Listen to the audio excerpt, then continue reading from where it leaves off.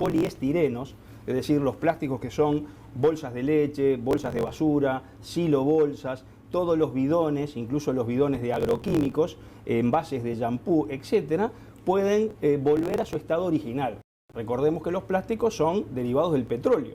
Entonces lo que hace el equipo es calienta estos plásticos, los derrite, los pasa a un estado gaseoso, como cuando uno hierve agua, ese gas pasa por un sistema de enfriamiento y ahí vuelve a un estado líquido. Y ese líquido que vamos a sacar directamente de la máquina puede ser utilizado directamente en calderas, por ejemplo para combustión, o mezclado con gasoil o naftas hasta un máximo de un 25-30%. Y así hacer andar camiones, maquinaria agrícola, cortadora de pastos, etc. Bien, qué importante eso que decías del tipo de plástico, porque son cosas que usamos en nuestra vida cotidiana. O sea, realmente se podría generar una reutilización muy importante de todo lo que consumimos. Esos plásticos se estima que son el 60% de los plásticos que se consumen tanto a nivel familiar como industrial. El resto son plásticos que el equipo no procesa, que es el PET, que son los envases de refrescos, el PVC, los caños, porque esos plásticos, si bien se derriten, no se mantienen en su estado líquido, no logran la estabilidad como sí logran el plastic oil, que es una tecnología, vale la pena decirlo, desarrollada por un científico japonés, por Akinori Ito, y ya están en la tercera generación de equipos, con equipos que son más eficientes y con costos más accesibles. Ahora, Guillermo, contamos cómo arranca toda esta locura, ¿no? Ya hace unos cuantos... Y para que esto funcione, requiere que las dos puntas, o sea, la conversión del plástico en combustible, esas puntas, la logística esté preparada. ¿Qué quiere decir? Si a ti te da mucho trabajo captar el plástico, tienes un costo por la materia prima muy alto, que luego el litro de combustible no es rentable. Ten en cuenta que por cada kilo de plásticos se obtiene 1 litro de este combustible. Y la otra pata es tener que el consumo de ese combustible también esté cerca del lugar donde se produjo. Entonces, en los últimos años, tanto en el mundo como en Uruguay, se han dado dos fenómenos que por un lado son un problema, pero esto es una de las soluciones. Uno que es la contaminación del medio ambiente y sobre todo con los agroquímicos. Un problema que estamos viviendo acá, Maldonado, Rocha, una problemática muy fuerte. Entonces, una organización internacional que se llama CropLife, que está integrada por todas las multinacionales vinculadas al agro, Monsanto, Dow Chemical, Syngenta, los alemanes de BASF, etc. Ellos impulsan que los países adopten legislaciones para que haya una destrucción responsable de todos los envases de agroquímicos. Ese programa se llama Campo Limpio y aquí en Uruguay ya hace años que está, digamos, en ejecución, claro, pero todavía está, digamos, en una forma voluntaria. Si bien existe la legislación, todavía no están los controles estrictos, más le dieron un tiempo. ¿Eso qué hace? Facilita la recolección de todos los plásticos del campo y que van a centros de acopio en distintos lugares del país. Y lo otro, digamos, la otra fuente de provisión de plástico son las empresas, industrias que lo vayan generando. Ya desde el año pasado hay una ley de disposición de residuos sólidos. Y el otro canal son los residuos domiciliarios, que es el canal más difícil, porque requiere, digamos, de hábitos que hasta en el propio Japón, Akinori Ito ha desarrollado una enorme campaña fomentando la cultura de la clasificación en las escuelas, etcétera, porque es la manera de captarlo. Pero evidentemente la tendencia de esto es inevitable que la cadena del plástico cada vez va a estar mejor aceitada. Bien, y en Japón, donde tú decías, bueno, que se crea esta máquina, ¿ya se está utilizando en el ámbito público o privado? ¿Cómo se...? En los dos, se está utilizando. Empresas privadas, por ejemplo, un caso, una fábrica, o mejor dicho, un productor de pollos. Entonces, los pollos se los vende a una cadena de consumo de pollos, que es tipo un Kentucky Fried Chicken, o como si fuera un McDonald's de pollos. Eso cuando van en bolsas de polietileno, de high density polietileno, y cuando llevan la próxima partida de pollos, se traen las bolsas vacías. Esas bolsas vacías llegan a la fábrica y allí hacen el proceso con una máquina industrial, obviamente, son máquinas de mayor porte, y ese mismo plástico lo convierte en un combustible con el cual lo mezclan y alimentan las calderas para generar energía o agua caliente, que es con el cual trabajan en la planta. Y luego están empezando a ver los municipios, por ejemplo en Japón, en la isla hay un programa que se llama la isla de Tokunojima, es un pequeño lugar, también empezaron allí.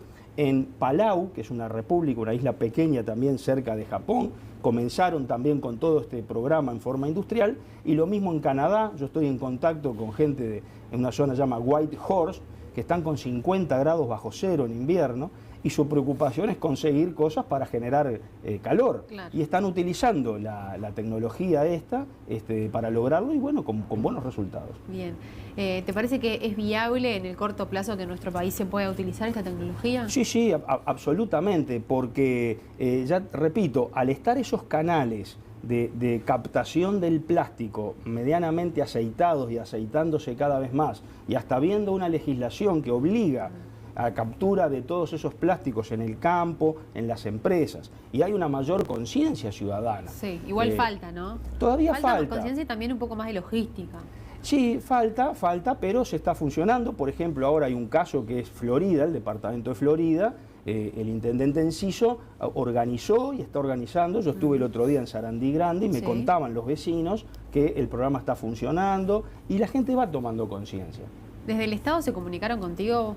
Sí, bueno, durante la investigación estuvimos en contacto, averiguando datos con Dinama, etcétera, pero todavía los resultados de la investigación fueron muy recientes, todavía no han tenido una enorme difusión, por lo tanto, bueno, ya se están conociendo por distintos lados. Sí. Bien, lo que sí se dio a conocer que, bueno, el candidato José Carlos Cardoso y Enrique Atía, los dos del Partido Nacional, se comunicaron con ustedes para tomar contacto con esto y lo incluyeron en sus propuestas. Lo incluyeron en sus propuestas y también el Partido Colorado, que yo la verdad no estaba al tanto, me lo hizo notar el otro día el doctor Oscar Ventura, que es uno que participó muy fuertemente, en la parte del programa de gobierno, justo incluso hasta menciona esta tecnología en especial. En la página 300 del Partido Colorado habla de la tecnología de Akinori y Ito, lo cual esto demuestra que no es un tema partidario, esto es tecnología para encontrar soluciones.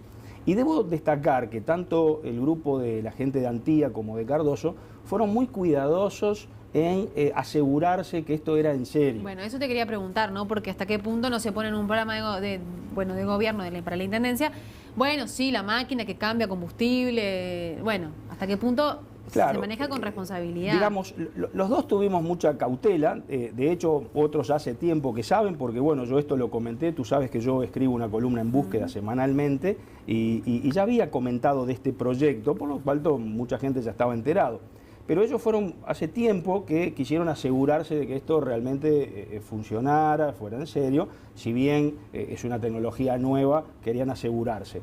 Con lo cual, y por otro lado yo también no tenía interés de que un proyecto académico también fuera usado, digamos, como un argumento de campaña. Y lo cual eso habla muy bien. Yo en mis columnas, tú sabes que escribo mucho sobre el management y el profesionalismo en la gestión. Y bueno, por lo menos en este aspecto debo reconocer que fueron muy cautelosos antes de proponerlo. Bien, ¿qué importancia tiene un proyecto de estas características en la universidad, ¿no? Que bueno, los estudiantes puedan tener contacto con esto? Sí, esto es muy interesante porque ¿qué pasa además? Existe una legislación que se llama la Ley de Donaciones Especiales que permite vincular la universidad con las empresas, mediante la cual la empresa, el Estado, permite que dice, bueno, a fin de año, en vez de darme toda la plata del impuesto a la renta, dársela a la DGI, el Estado dice, no, un 5% usted puede invertirlo en proyectos que son de interés social. Por ejemplo, los colegios El Jubilar, Impulso, la Fundación Pelufo Higgins, parte de su financiamiento viene por esta forma jurídica. Y a su vez, las empresas también pueden hacer proyectos de investigación con las universidades. Proyectos que les interesa a ellos, pero que a su vez después son de alcance público. Entonces eso es genial, porque en este proyecto, que lo hicimos con una empresa que ayudó a este financiamiento, le resultó muy útil a ellos y ahora es útil a toda la comunidad, porque esto está disponible. No, claro, y aparte le da un rol a la UDE fuerte. Le da un rol fuerte a la UDE, y también otras universidades hacen estas cosas, que de otra manera a veces sería más complicado hacerlo. Y la ventaja que tiene que esos dineros, al ser puestos por una empresa, digamos, el control, la exigencia, la responsabilidad de ambas partes, se hace todo mucho más fluido y realmente es un mecanismo muy útil, se usa en el mundo entero. ¿Es una máquina muy costosa? Bueno, hay distintos, si quieres, mientras te voy contando, quieres que vayamos arrancando poniendo algunos materiales, perfecto. Y ahora pasamos a los costos. Bien. Bueno, esta es una máquina de ensayos, ¿verdad? Pero las máquinas grandes hacen exactamente lo mismo. Esto se llama un proceso... Es igual, pero de dimensiones más grandes. De dimensiones más grandes. Bueno, no tan demasiado grandes, son máquinas capaz que en esta habitación entran perfectamente bien, porque procesan desde 200 kilos por día en 24 horas hasta 8.000 kilos por día. Bien. Y lo que hace esto se llama un proceso de pirólisis. Eso significa que se calienta, esto se ingresa en un recipiente, calienta por una resistencia a altas temperaturas. Como una caldera funciona. Como una caldera, más que una caldera, como una olla a presión, te diría, a 430, a 450 grados, que ahora lo vamos a ver. Eso derrite el material y una vez que derrite pasa en estado de gas, pasa en estado gaseoso y pasa por este sistema de enfriamiento, que en esta máquina de ensayos es agua, en las máquinas industriales es otro sistema, es un serpentín. Cuando esos gases toman contacto con el agua, se enfrían y ahí se genera un combustible plástico como el que tenemos. Entonces, vamos a ponerle lo que tú quieras ahí. Adelante, así, bueno, vamos a poner... Esto es una tapa de un dulce de leche. Tapa de dulce de leche. ¿Lo rompo o así nomás? Adentro, bien, sin problema. Envases de yogur. Típico envase de postrecito, ¿no? Yogur que todos consumimos en nuestras casas. Bolsa plastillera. Y esto es muy importante en el campo, los silobolsas, los big bags que se llaman, la gente está en el agro, todo eso es un gran problema. Claro. Cuando llevan los fertilizantes, los llevan estos bolsones, luego esos bolsones no tienen manera. Y me llama la atención que aparte ponemos así todo enorme y después no todo el calor se derrite. Tapas de refrescos. También. Tapitas de refrescos. ¿Tapitas de refresco? Envases de shampoo. Adelante, adentro. Así, directo. ¿Eso también lo ponemos? También lo puedes poner. Más tapitas de refresco. Y unas son lo de las macetitas. Bolsas de supermercado. Bolsas de basura. Envases de leche. Sí. Más envases de leche. Más. Este es el plástico que se utiliza para los viveros, para el plástico de viveros. Y permitime, este es muy interesante, porque esto me lo dio directamente la gente del programa Campo Limpio. Estos son bidones de agroquímicos que pasaron por un proceso de triple lavado y que luego se chipearon, se hizo un chip. Esto también... Están cortaditos. Están cortaditos, están chipeados. Podemos agregar algunos ahí también. Como pueden ver, vamos a meter envase. ¿Ok? Perfecto. Muy bien. Ahora vamos a cerrar y dentro, bueno, también podríamos poner envases de aceite y demás, si nos entra, con mucho gusto, va todo para adentro. Buenísimo. Bueno, si te parece hacemos una pausa y mientras arranca el proceso. ¿Cómo no? Y esperamos unos minutos. Esperamos unos minutos y mostramos cómo va el tipo, como tenemos aquí marcado, de las clasificaciones, combustible del tipo 2, 4, 5 y 6, que son los polietilenos, los polipropilenos y poliestirenos. Esto son bolsas de leche, bolsas de residuos, bidones de agroquímicos, todo tipo de plástico, silobolsa, etcétera. No recibe el PET, que son los envases de refrescos, y no recibe el PVC, pero sí las tapitas de refrescos, envases de shampoo, envases de aceite, por ejemplo, pusimos uno entero, un envase de aceite entero, etcétera. Bien, eso, como decíamos, entra esta especie de olla a presión. Entra esta olla a presión y ahora comienza el proceso de pirólisis, que como ustedes pueden ver, pusimos temperaturas. Esto hay dos elementos de temperatura, uno a 430 grados y el otro a 380. Y como ven, aquí el proceso ya está comenzando. Es decir, ahí está gasificando. Lo primero que está saliendo son los gases del agua, de los residuos. Y cuando esos plásticos se derriten, se gasifican, pasan por este caño, al pasar por el agua se enfrían y lo que estamos viendo en la parte superior ya son las primeras partes del combustible. ¿Qué es un combustible? Es esto, es algo similar al gasoil, es un intermedio entre el gasoil y las naftas. Ese combustible así, como tú lo estás mostrando ahora, como lo que sale, ¿no?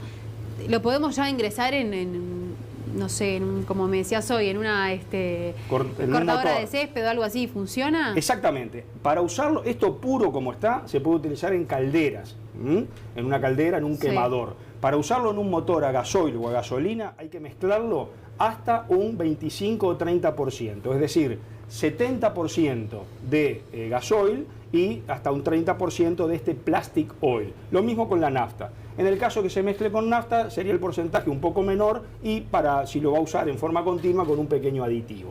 Bien. Pero a su vez, este líquido, este plastic oil, se puede fraccionar, se puede hacer un proceso como se hace en las refinerías, que es por distintas temperaturas obtener un porcentaje de nafta pura.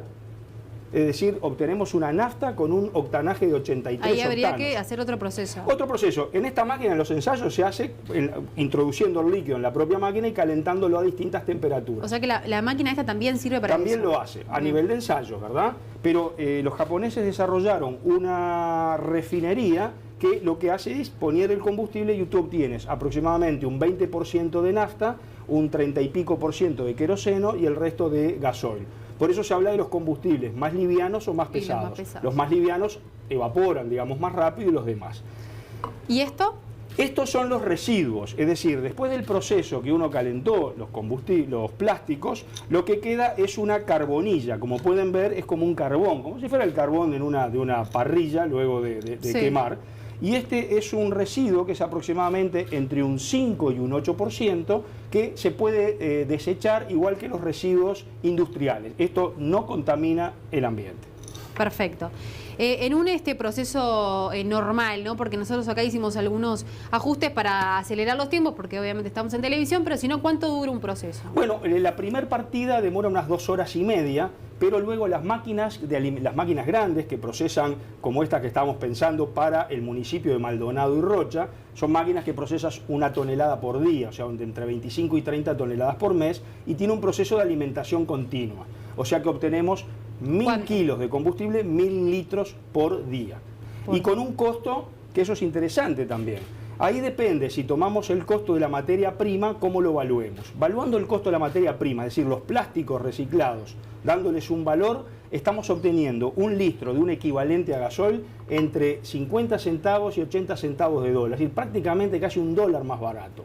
Con lo cual la amortización de un proyecto de este tipo, uno recupera la inversión entre 2 años y medio a 4 años, dependiendo. Bien, porque no hablamos, quedó colgado, ¿cuánto es el costo de la máquina aproximado? Bueno, la verdad que es una inversión relativamente baja. Para este equipo, que sería para las distintas zonas que estudiamos en el programa Campo Limpio, esta máquina, que para que tengas idea, hay máquinas de hasta 8 toneladas por día, sí. Esta sería la segunda en tamaño, la inversión puesta acá ronda los 650 mil dólares. Es decir, es un monto realmente accesible y financiable. Bien, ¿qué pasa con el impacto ambiental, ¿no? Lo que cambia este tipo de máquina. Es fantástico porque ¿qué sucede? Hoy todos estos plásticos, ¿cómo se destruyen? O se entierran, y con los prejuicios que estamos viendo hoy, o se queman, se prenden fuego. Cuando uno destruye los plásticos con esta tecnología, se generan entre 5 y 6 veces menos CO2 al ambiente. De hecho, también hasta este proyecto podría recibir los beneficios de los bonos de carbono. Es decir, uno como genera menos CO2, podría generar bonos de carbono que los vende a quien los necesite y eso también sería una segunda fuente de ingresos del proyecto. Bien, ganancia por todos lados. Se ve que sí, y con el tiempo cada vez más. A veces la gente te pregunta, ¿y por qué esto, que es tan bueno y tan excelente, no está en todos lados? La respuesta es muy fácil. Primero, esto ya estamos en la 3ª generación de equipos desarrollados por Akinori Ito. Y si ustedes piensan lo que fue la primer computadora, que era del tamaño de un cuarto, no era para tener una en cada casa. Hoy, yo recuerdo una nota del Observador cuando se cumplieron los 40 años del alunizaje, es decir, cuando llegaban a la Luna, y comparaban un iPhone con la tecnología del módulo lunar. La computadora del módulo lunar tenía 64K. En un iPhone hay 10, 20 veces más desarrollo tecnológico y imagínense los costos. O sea que podemos soñar de aquí a unos años en tener una... Yo no soñaría, yo actuaría, porque esto ya no es un sueño, esto es una realidad. Entonces, ¿qué sucede? Se abaratan los costos. El desafío hoy, más que la inversión en el equipo, es lograr la cadena logística entre obtener los plásticos de un canal práctico, porque si yo tengo que salir a buscar los plásticos casa por casa o sacarlos de un vertedero municipal que están todos sucios, se va mucho dinero. Claro. Y lo mismo la parte del consumo. Entonces, esos cabos es los que hoy se están atando acá y en otras partes del mundo para que esto sea viable. Bien, bueno, ahora vamos a demostrar que lo que hicimos es real y que se... La prueba del 9. La prueba del 9. Bueno, vamos a extraer combustible. Vamos a extraer combustible, lo que hace acá es simplemente por un sistema de presión. Vamos a estar extrayendo. Las primeras partes es combustible, el resto es agua. Y vamos a no ensuciar, si no Lucía no nos va a invitar más. No, tranquilo. ¿Está?